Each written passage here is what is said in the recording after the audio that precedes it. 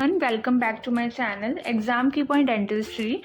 In today's video we will learn about procedure for the coverage of the denuded roots in a very simple way. So let's begin. So sometimes the gum tissues around the tooth moves away, exposing the root surface, and this condition is called the gingival recession or a denuded root. So when the root surface is exposed, the tooth will become sensitive, look anesthetic, and can get root caries easily. So as to protect the tooth and improve the look, so we perform the root coverage procedures. So there are many types of procedures which are free gingival autograft, free connecting tissue autograft. Pedicle autografts include laterally position, coronally position, semilunar pedicle, and subepithelium connecting tissue graft, guided tissue regeneration, and pouch and tunnel technique. So free gingival autograft.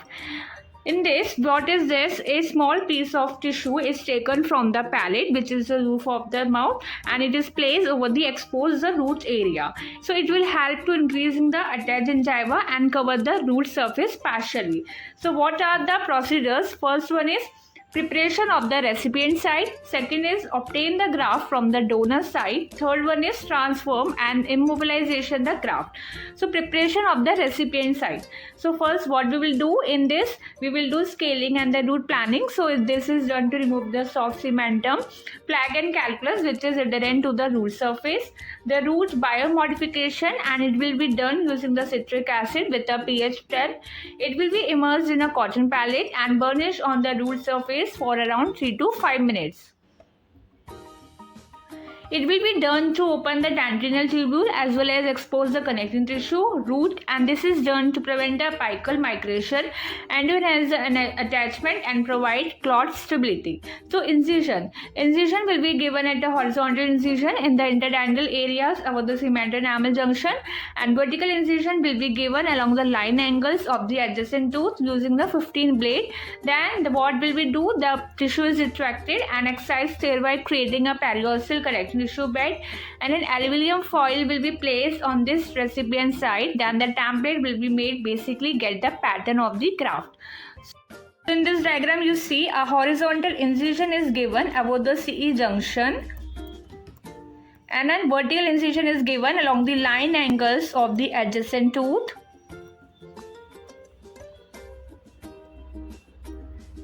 After that the tissue is retracted and we will place in the aluminium foil and a template is prepared.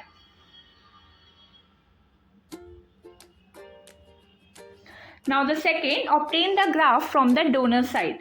The palate is the most common site for the obtaining the graft. A partial thickness graft will be obtained. Ideal thickness of the graft will be 1 to 1.5 mm. So what is the procedure? First, the aluminum foil template should be placed at the prepared donor side. So suppose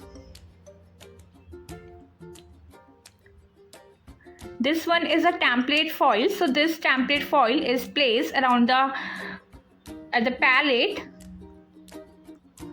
and a shallow incision will be given around this. Like this, a shallow incision is given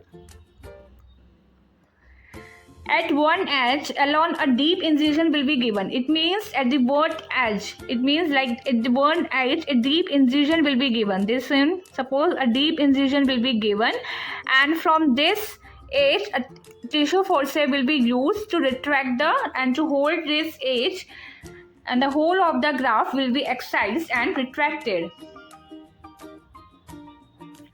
So obtain a proper thickness of the graft is very essential for the success of this technique. So proper thickness, if it is too thin, so necrosis easily and expose the recipient side. If it is too thick, but the ideal thickness is quite important. So variants of obtaining the graft. So according technique, strip technique, and the combination.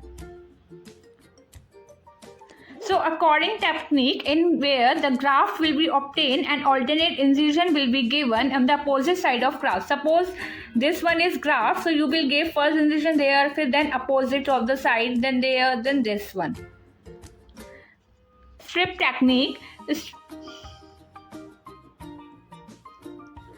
Strip technique, 3 to 5 mm long and wide strip graft are obtained, and they will be placed side to side on the recipient side. So what means this? That a 3 to 5 mm long prepare, and it is will placed side by side. Side by side we place. So advantage is rapid epithelialization of the wound happen.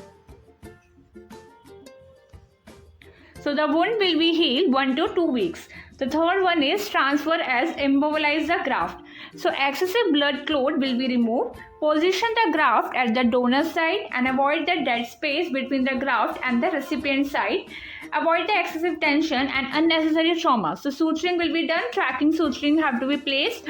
Specialized sutures. After a suturing, a periodontal pack given at the recipient side and at the same time to the donor side. So disadvantages, aesthetic color will be discrepancy. So there is a difference in aesthetic color. Okay. Now the second one is lateral pedicle graft. So indication, sufficient tissue exit adjacent tooth area of the recession. Coverage limited to one or more tooth means we will use only when there will be one teeth is involved. If it is more teeth is involved, then it is contraindication. Then we will not use the lateral pedicle graft. It is suitable for the recession with a narrow mesial distal width. Contraindications in which we will avoid insufficient keratinized tissue at the donor side, presence of the deep interproximal pockets, multiple tooth involvement, and significant loss of interproximal bone height. So advantages, one surgical site, good vascularity of the pedicle flap and ability to cover the denuded root surface. Disadvantages, limited by the amount of the adjacent keratinized attached gingiva and the possibility of the recession at the donor site. So what is the procedure? First, preparation at the recipient side. Root planning should be done to remove the soft cementum and to reduce or to eliminate the prominent proximity. Convexity of the root citric acid is used to varnish over the exposed root surface.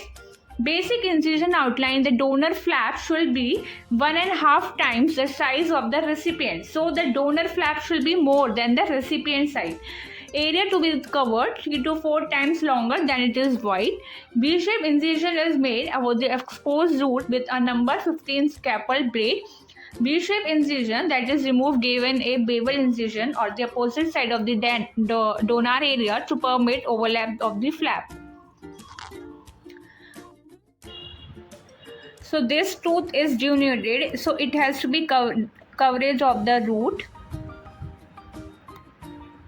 So this tooth is act as a recipient side. So from this two teeth, it acts as a donor side from which a graft is obtained. So a clavicular incision is given, then in a apico-occlusal direction, a vertical incision is given, and there is a cutback or a releasing incision is given if there is any tension. And at the recipient side, a V-shaped incision is given.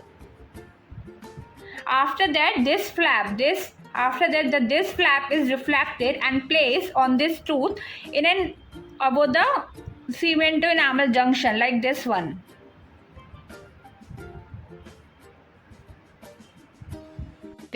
So preparation at the donor side. Coronal portion of the pedicle flap begin and the final dissection of the pedicle is in apico-occlusal direction, means in a vertical direction. Flap is released and reflected, exposing the overlying the periosteum. If a full thickness flap were raised, the underlying bone will have been exposed.